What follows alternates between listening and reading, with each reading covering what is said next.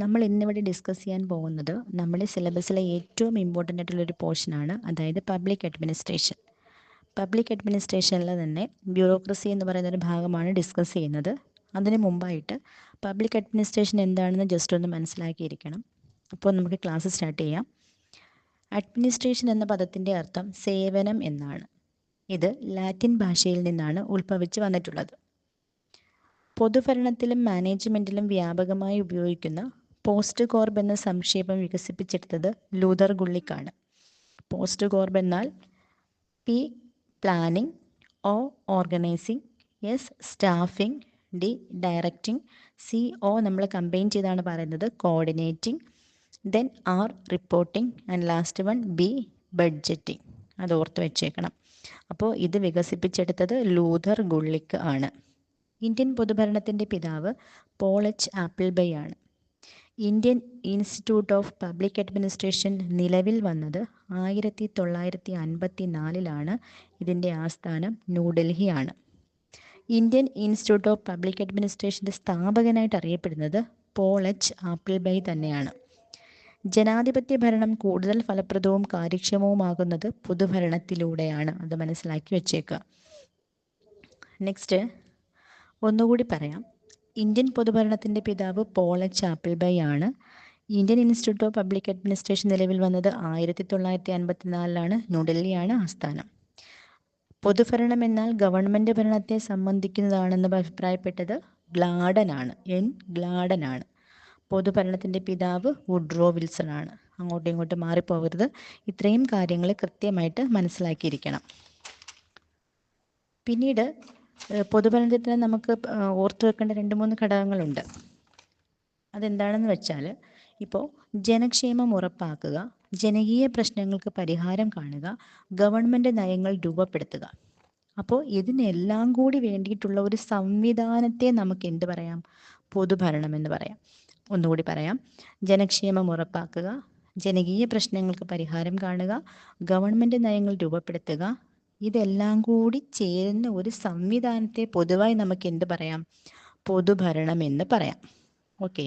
Then എല്ലാവരുടെയും താല്പര്യം സംരക്ഷിക്കുന്നതാണ് പൊതുഭരണം എന്ന് അഭിപ്രായപ്പെട്ടത് മഹാത്മാഗാന്ധിയാണ്. എല്ലാവരുടെയും താല്പര്യം സംരക്ഷിക്കുന്നതാണ് പൊതുഭരണം എന്ന് അഭിപ്രായപ്പെട്ടത് മഹാത്മാഗാന്ധിയാണ്. പൊതുഭരണ ശൃംഖലയെ ചലനാത്മകവും ഏറ്റവും കൂടുതലായിട്ട് ഇമ്പോർട്ടൻസും കൊടുക്കുന്നതാണ് ഗവൺമെൻറ് ഉദ്യോഗസ്ഥർ. അപ്പോൾ പ്രാധാന്യം കൊടുക്കുന്നതും ചലനാത്മകമാക്കുന്നതും ആരാണ്? പൊതുഭരണത്തെ ഗവൺമെൻറ് ഉദ്യോഗസ്ഥരാണ്. ഇന്ത്യയിൽ ആധുനിക രീതിയിലുള്ള പൊതുഭരണ സംവിധാനം നിലവിൽ വന്ന കാലഘട്ടം എന്ന് പറയുന്നത് ബ്രിട്ടീഷ് കാലഘട്ടമായിരുന്നു. ജസ്റ്റ് ഒന്ന് ഓർത്ത് വെച്ചിരുന്നാൽ മതി. നെക്സ്റ്റ്, ഇന്ത്യൻ സിവിൽ സർവീസിൻ്റെ പിതാവ് കോൺവാലീസ് ആണ്. ഇന്ത്യൻ സിവിൽ സർവീസിന് നമുക്ക് എത്രയായി തിരിക്കാമെന്ന് ചോദിച്ചാൽ 3 തരംതിരിക്കാം. കേന്ദ്ര സർക്കാരിൻ്റെ കീഴിലും സംസ്ഥാന സർക്കാരിൻ്റെ കീഴിലും ഏറ്റവും ഉയർന്ന പദവിയിലുള്ള ഉദ്യോഗം വഹിക്കേണ്ട സിവിൽ സർവീസ് വിഭാഗമാണ് ഓൾ ഇന്ത്യ സർവീസ്. അപ്പോൾ ഓൾ ഇന്ത്യ സർവീസിൻ്റെ പിതാവെന്ന് പറയുന്നത് സർദാർ വല്ലഭായ് പട്ടേലാണ്. അപ്പോൾ നമുക്ക് നമ്മൾ ഈ 3 വിഭാഗങ്ങളെന്ന് പറഞ്ഞല്ലോ, അത് ജസ്റ്റ് ഒന്ന് മനസ്സിലാക്കി വെച്ചേക്കുക. കേന്ദ്ര ഗവൺമെൻറ് ഉദ്യോഗസ്ഥർ, സംസ്ഥാന ഗവൺമെൻറ് ഉദ്യോഗസ്ഥർ, വിവിധ പൊതുമേഖലാ സ്ഥാപനങ്ങളിലെ ഉദ്യോഗസ്ഥർ. അപ്പോൾ ഈ കേന്ദ്ര ഗവൺമെൻറ് ഉദ്യോഗസ്ഥർ എന്ന് പറയുമ്പോൾ IAS, IPS, IFS അങ്ങനെയുള്ള കാര്യങ്ങൾ, അങ്ങനെയുള്ള ജോബൊക്കെ അതിലാണ് വരുന്നത്. നെക്സ്റ്റ് നമുക്കറിയാം, സെയിൽ ടാക്സ് പോലെയുള്ളത് സംസ്ഥാന സർക്കാർ, ഇന്ത്യൻ റെയിൽവേ പോലുള്ളത് പൊതുമേഖലാ സ്ഥാപനങ്ങൾ. അപ്പോൾ അങ്ങനെയൊന്ന് ജസ്റ്റ് തരംതിരിച്ച് ഓർത്ത് വെച്ചേക്കാം. അപ്പോൾ പൊതുഭരണം എന്ന് പറയുമ്പോൾ നമ്മൾ ഇത്രയും കാര്യങ്ങൾ ജസ്റ്റ് ഒന്ന് മനസ്സിലാക്കി വെച്ചിരിക്കുക. ഓക്കെ. നെക്സ്റ്റ് നമുക്ക് ബ്യൂറോക്രസിയിലേക്ക് പോകാം. ബ്യൂറോക്രസി ഇമ്പോർട്ടൻ്റ് ആണ്. അതിൽ പ്രധാനപ്പെട്ട കാര്യങ്ങൾ പരീക്ഷകളിൽ ചോദിച്ചു കണ്ട കാര്യങ്ങൾ മാത്രമാണ് ഡിസ്കസ് ചെയ്യുന്നത്. ബ്യൂറോക്രസി എന്ന് പറഞ്ഞാൽ ഉദ്യോഗസ്ഥ വൃന്ദം എന്നാണ്. നമ്മൾ മലയാളത്തിൽ പറയുമ്പോൾ ഉദ്യോഗസ്ഥ വൃന്ദം, അതായത് തിരഞ്ഞെടുക്കപ്പെടാത്ത ഉദ്യോഗസ്ഥരുടെ കൂട്ടത്തെ വിളിക്കുന്ന പേരാണ് എന്ത്? ബ്യൂറോക്രസി. നോൺ എലക്റ്റഡ് ആണ് ഇവർ. ഒരിക്കലും ഇവരെ എലക്റ്റ് ചെയ്തെടുക്കുന്നതല്ല.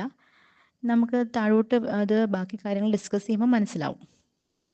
അപ്പോൾ ഒരു രാജ്യത്തിൻ്റെ ഭരണകാര്യങ്ങൾ നിർവഹിക്കുകയും അതുപോലെ പൊതുഭരണത്തിന് കീഴിൽ പ്രവർത്തിക്കുകയും ചെയ്യുന്ന ഉദ്യോഗസ്ഥരുടെ കൂട്ടമാണ് ബ്യൂറോക്രസി. ഗവൺമെൻറ് സേവനങ്ങൾ ജനങ്ങളിൽ എത്തിക്കുന്നതും ബ്യൂറോക്രസിയാണ്. നെക്സ്റ്റ്, ഈ ബ്യൂറോക്രസി എന്ന് പറയുന്ന പദം ആവിഷ്കരിച്ചത് വിൻസെൻ്റ് ഡി ഗോർണിയാണ്. വിൻസെൻ്റ് ഡി ഗോർണിയാണ്. ബ്യൂറോക്രാറ്റിക് തിയറി ആവിഷ്കരിച്ചത് മാക്സ് വെബറാണ്. അത് ഫേമസ് ആണ്. അതായത് മാക്സ് വെബറിൻ്റെ തിയറി നമ്മൾ വെബേറിയൻ ബ്യൂറോക്രസി എന്ന പേരിലും അറിയപ്പെടും. അപ്പോൾ ഇതിന് കുറച്ച് സവിശേഷതകളുണ്ട്. ഒരു 5 സവിശേഷത നമുക്ക് കൃത്യമായിട്ട് മനസ്സിലാക്കിയിരിക്കണം. അതിൽ ഒന്നാമത്തേതാണ് ശ്രേണീപരമായ സംഘാടനം അഥവാ ഹൈറാർക്കിക്കൽ ഓർഗനൈസേഷൻ. നമ്മൾ പറയത്തില്ലേ ടോപ്പ് ടു ബോട്ടം. അതായത് ഇപ്പോൾ ഏതൊരു ഇൻസ്റ്റിറ്റ്യൂഷൻ എടുത്താലും നമ്മൾ പെട്ടെന്ന് നമ്മളിപ്പോൾ ഒരു സർക്കാർ ഓഫീസ് എടുത്താലോ അല്ലെങ്കിൽ ഒരു കോളേജ് എടുത്താലോ ഒരു സ്കൂൾ എടുത്താലോ അല്ലെങ്കിൽ ഏത് സ്ഥാപനങ്ങൾ എടുത്താലും ടോപ്പിലൊരു അതോറിറ്റി ഉണ്ടാവും. ആ ടോപ്പിലുള്ള അതോറിറ്റി സിംഗിൾ പേഴ്സൺ കഴിഞ്ഞിട്ട് താഴേക്ക് വരുമ്പോൾ ഘട്ടം ഘട്ടങ്ങളായിട്ട് ആളുകളുടെ എണ്ണം കൂടി വരും.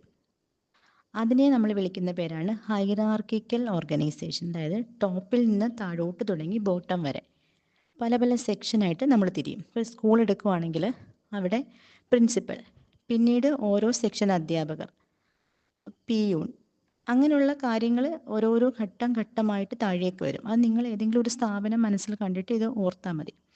അവിടെ നമുക്ക് ശ്രേണീപരമായ സംഘാടനം അറിയാൻ പറ്റും.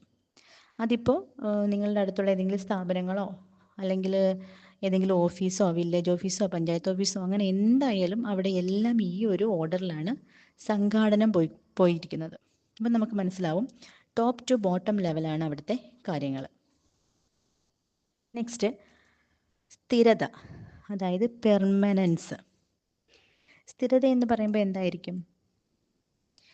നമുക്കൊരു സമയം വരെ ജോലി ചെയ്യാനുള്ള പരിധിയുണ്ട്. അതായത് ഇപ്പോൾ നമുക്ക് ഏതൊരു ജോബിനായാലും ഇപ്പോൾ പറയും ഇത്ര വയസ്സ് വരെ പറ്റൂ, ഗവൺമെൻറ് ജോബ് ഇത്ര വയസ്സ് വരെ പറ്റൂ. അപ്പോൾ ആ വയസ്സ് വരെ നമുക്ക് എന്തുണ്ട്? ആ ജോലിക്ക് സ്ഥിരതയുണ്ട്. അതിനിടയിൽ വെച്ച് നമ്മുടെ എന്തെങ്കിലും മാൽ പ്രാക്ടീസസ് കാരണം പിരിച്ചുവിടാം എന്നല്ലാതെ നമ്മളെ എന്ത് ചെയ്യാൻ പറ്റില്ല? ജോലിയിൽ നിന്ന് നീക്കം ചെയ്യാൻ പറ്റില്ല. നമ്മുടെ ആ ഒരു കാലയളവ് കംപ്ലീറ്റ് നമുക്ക് അവിടെ ജോലി ചെയ്യാൻ പറ്റും. വിരമിക്കൽ പ്രായം വരെ നമുക്ക് എന്ത് ചെയ്യാൻ പറ്റും? ജോലി ചെയ്യാൻ പറ്റും. അതാണ് സ്ഥിരത എന്ന് പറയുന്നത് കൊണ്ട് ഉദ്ദേശിക്കുന്നത്. നെക്സ്റ്റ്, യോഗ്യത അടിസ്ഥാനമാക്കിയിട്ടുള്ള നിയമനം, അതായത് മെറിറ്റ് സിസ്റ്റം എന്ന് പറയുമ്പോൾ ഇപ്പോൾ ഒരു LD ക്ലർക്ക് ആയാലോ അല്ലെങ്കിൽ ഒരു ടീച്ചർ ആയാലോ അല്ലെങ്കിൽ ഒരു കോളേജ് അധ്യാപകനായാലോ എല്ലാത്തിനും കൃത്യമായിട്ട് യോഗ്യത പറയുന്നുണ്ട്. അപ്പോൾ ആ യോഗ്യത കൃത്യമായിട്ടുള്ളവരായിരിക്കും ആ ഒരു പോസ്റ്റിലേക്ക് എത്തപ്പെടുന്നത്.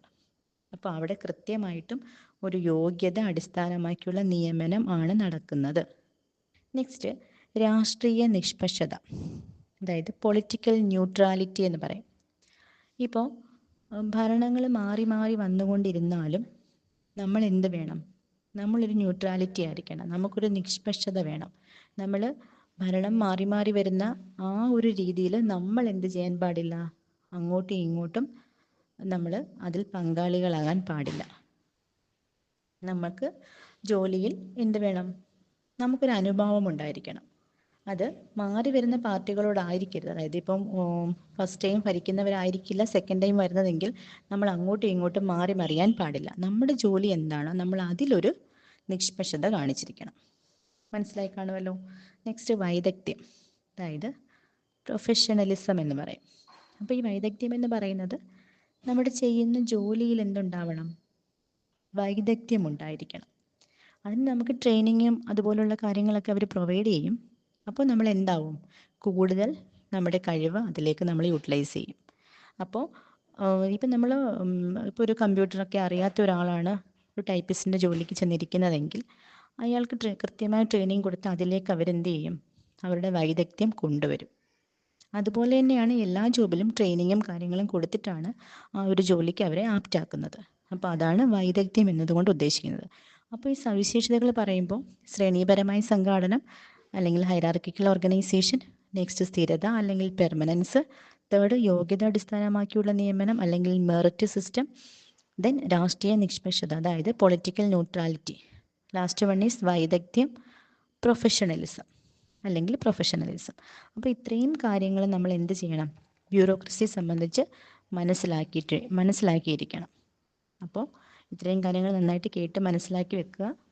അപ്പോൾ എല്ലാവർക്കും നല്ലൊരു ദിവസം ആശംസിക്കുന്നു. അടുത്ത ക്ലാസ്സിൽ നമുക്ക് പുതിയൊരു ടോപ്പിക്ക് കൊണ്ടുവരാം.